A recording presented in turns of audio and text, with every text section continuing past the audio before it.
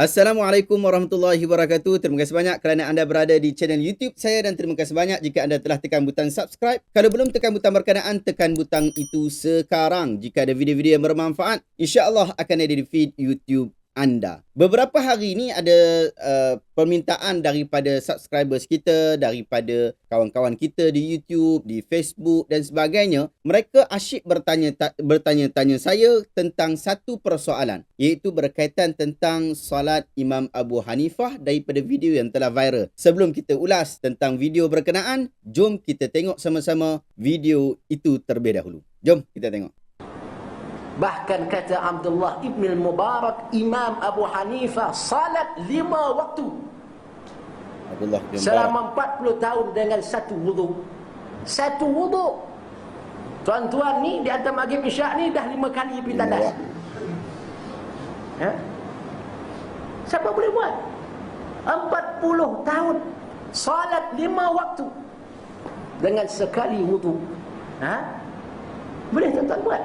Alhamdulillah kita telah tengok video berkenaan. Jom kita buat reaction berkaitan tentang video itu. Pertama, sebagai seorang Muslim, kita telah diajar oleh agama untuk berhati-hati di dalam menerima sesuatu berita. Kita tidak dibenarkan untuk meriwayatkan apa sahaja yang kita dengar, lalu kita percaya langsung tentang apa yang disebutkan itu. Kita bagi istilah percaya secara membuta tuli. Kita perlu semak dan teliti dahulu apa yang disebutkan itu. Allah Ta'ala sebut di dalam surah Al-Isra ayat 36. وَلَا تَقْفُ مَا لَيْسَ لَكَ بِهِ عِلْمٍ إِنَّ السَّمْعَ وَالْبَصَرَ وَالْفُؤَادَ كُلُّ أُولَٰئِكَ كَانَ عَنْهُ مَسْئُولًا. Jangan kamu berpada dengan apa yang kamu tidak ada ilmu mengenainya. Sesungguhnya pendengaran kamu, penglihatan kamu dan jantung hati kamu itu semua akan dipertanggungjawabkan di hadapan Allah. Nabi SAW juga bersabda dalam hadis sahih riwayat Imam Muslim, kafa bil mar'i kadhiban an yuhadditha bi kulli ma sami'. Cukuplah seseorang dianggap sebagai pembohong apabila dia adalah jenis orang yang menceritakan semua perkara yang dia dengar. Daripada ayat Al-Quran dan hadis yang telah kita sebutkan tadi membuktikan bahawa umat Islam perlu membuat semakan bagi berita-berita yang kita dengar. Perlu membuat tapisan terlebih dahulu. Apatah lagi jika ia berkaitan tentang agama kita. Kedua, di dalam video yang kita tonton tadi, Syekh Fuad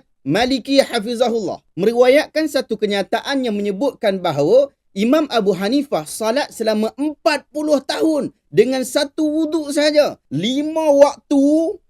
waktu salat selama 40 tahun dengan satu wuduk. Perkara ini sangat pelik diriwayatkan. Jika ia disebutkan oleh orang awam, pastinya ia tidak begitu membimbangkan. Tetapi apabila disebutkan oleh seorang tokoh seperti Syekh Fuad Maliki, pastinya ia membuatkan orang terperanjat. Bagi orang awam, apa yang disebutkan oleh Syekh Fuad Maliki pastilah benar, sedangkan belum tentu begitu. Dalam hal ini sebenarnya Syekh Fuad hanya menukilkan sahaja. Tetapi pada sisi orang awam, ia dianggap sebagai suatu karamah yang cukup besar dan kemuliaan yang begitu agung. Apatah lagi Syekh Fuad menambah kata-kata pujian terhadap perbuatan berkenaan di hujung video yang telah kita tonton tadi. Implikasi daripada kenyataan Syekh Fuad ialah orang ingat Abu Hanifah tak melakukan perkara yang membatalkan wuduk selama 40 tahun. Berkemungkinan beliau tak berak, beliau tak kencing, tidak beromen, bahkan terkentut pun. Ia sangat memeranjatkan. Seolah-olah Imam Abu Hanifah lebih power daripada Nabi Muhammad SAW dalam bab ni. Sahabat-sahabat, kenyataan yang disebutkan ini sebenarnya memang telah direkodkan oleh ulama-ulama kita sebelum ini. Syekh Fuad bukanlah orang pertama yang menyebutkannya. Beliau hanya menyambung riwayat sahaja. Cuma yang saya dapati, beliau tidak menyebutkannya dengan betul. Dalam semakan saya, ada beberapa orang ulama telah menyebutkan tentang kisah seumpama ini. Pertama, Al-Imam Al-Zahabi rahimahullah menyebutkan di dalam kitab Asyar A'lamun Nubala, jilid yang ke-6 muka surat 399. Wa an Asad bin Amru anna Aba Hanifah rahimahullah sallal isya'a was subha biwudu'i 40 sanah. Daripada Asad bin Amru katanya, Abu Hanifah rahimahullah salat isya', salat subuh dengan satu wuduk selama 40 tahun. Riwayat ini sangat lemah kerana Imam Al-Zahabi yang meninggal pada tahun 748 Hijriah. Dia tak pernah bertemu dengan Asad bin Amru yang merupakan anak murid Imam Abu Hanifah. Imam Abu Hanifah itu sendiri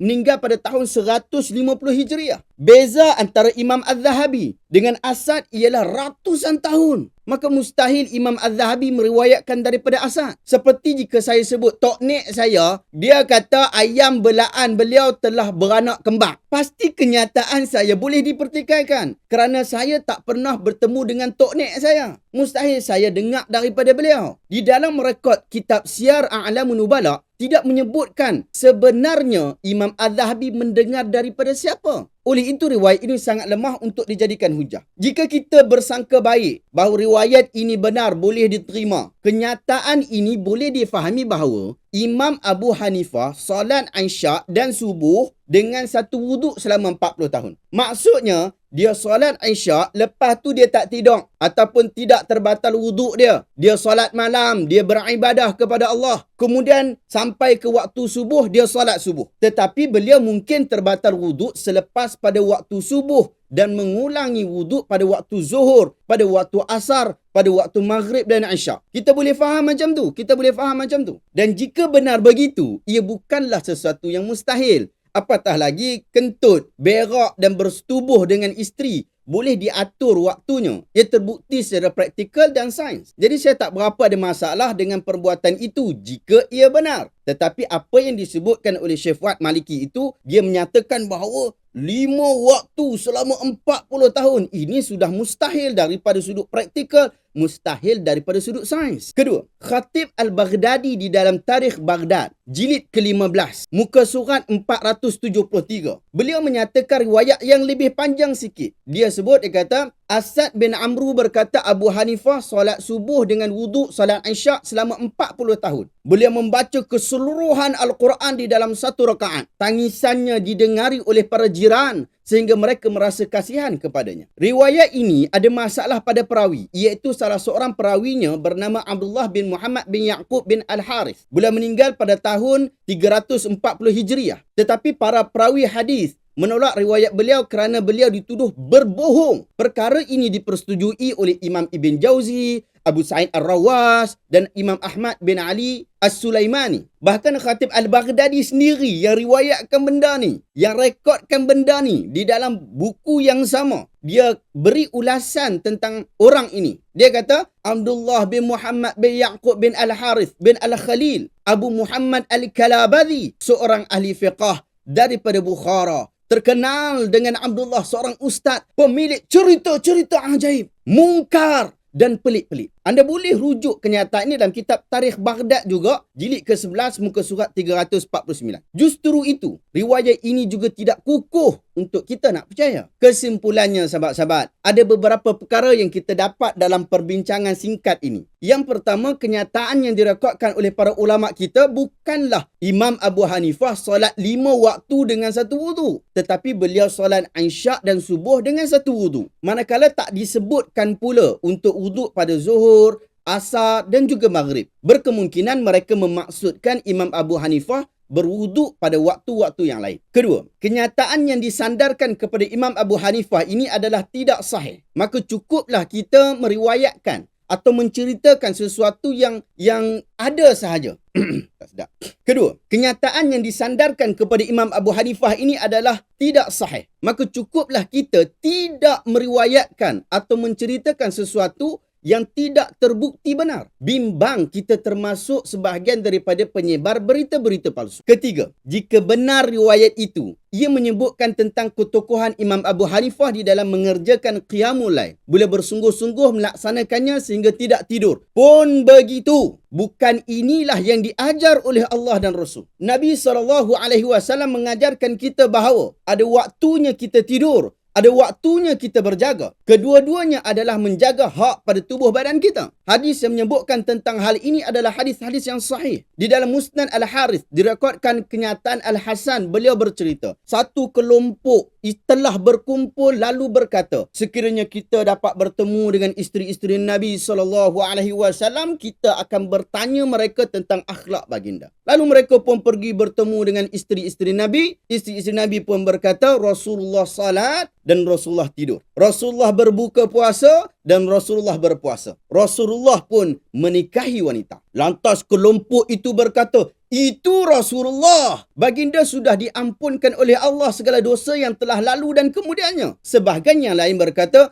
aku akan sentiasa qiyamul lail tanpa tidur. Sebahagian lain berkata, aku akan berpuasa tanpa berbuka. Sebahagian yang lain berkata, aku akan tinggalkan wanita dan tidak akan mendekati mereka kerana ada kesibukan pada diri mereka. Setelah itu perkara berkenaan diberitahu kepada Nabi SAW. Lantas Nabi berkata, apa halnya orang yang bercakap-cakap tentang keadaan nabinya? Apabila diceritakan kepada baginda, baginda tak suka tentang hal ini. Mereka berkata, aku akan qiyamul lail tanpa tidur. Sebahagian kata, aku akan berpuasa tanpa berbuka. Sebahagian kata, aku akan tinggalkan perempuan dan tidak mendekati mereka. Rasulullah bersabda, sedangkan aku tidur dan aku bangun qiyam. Aku berbuka dan aku berpuasa. Aku juga menikahi wanita. Sesiapa yang tidak suka kepada sunnah aku, dia bukan daripadaku. Hadis ini adalah hujah yang kuat bagi menyatakan tidak sepatutnya kita salat malam tanpa tidur. Meneruskan ibadah daripada waktu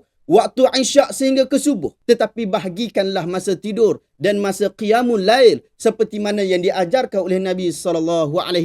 Sebahagian riwayat menyebutkan Nabi SAW berkata, antumul ladzina qultum kada wa kada, amma wallahi inni la akhsyakum lillah wa atqakum lahu, lakinni asumu wa uftir wa usalli wa arqud wa atazawwaju nisa, faman raghiba an sunnati falaysa minni. Kamu yang berkata itu dan ini, sedangkan demi Allah, aku adalah orang yang paling takutkan Allah. Aku adalah orang yang paling bertakwa di sisi Allah. Jika nak dibandingkan dengan kamu, tetapi aku tetap berpuasa dan berbuka. Aku salat dan aku tidur. Aku menikahi wanita. Sesiapa yang tidak suka kepada sunnahku, tidak termasuk daripadaku. Hadis ini sahih, riwayat Imam Al-Bukhari. Sahabat-sahabat, saya juga pernah membaca pelbagai riwayat yang menyebutkan ulama lain selain Abu Hanifah disebutkan melazimi salat Isyak dan subuh dengan wuduk yang sama. Seperti yang disandarkan kepada Al-Dawudi, Al-Qazwaini, Tajuddin Al-Misri, Sa'id Al-Musayyib, Sulaiman At-Taimi dan Wahab bin Munabbih. Pun begitu dalam hal ini, mendahulukan Nabi SAW adalah yang paling utama. Kerana Nabi adalah ikutan kita. Kita ni ikut Nabi. Apa yang datang daripada Nabi adalah menjadi agama. Kita disuruh untuk ikut baginda dengan sesungguhnya.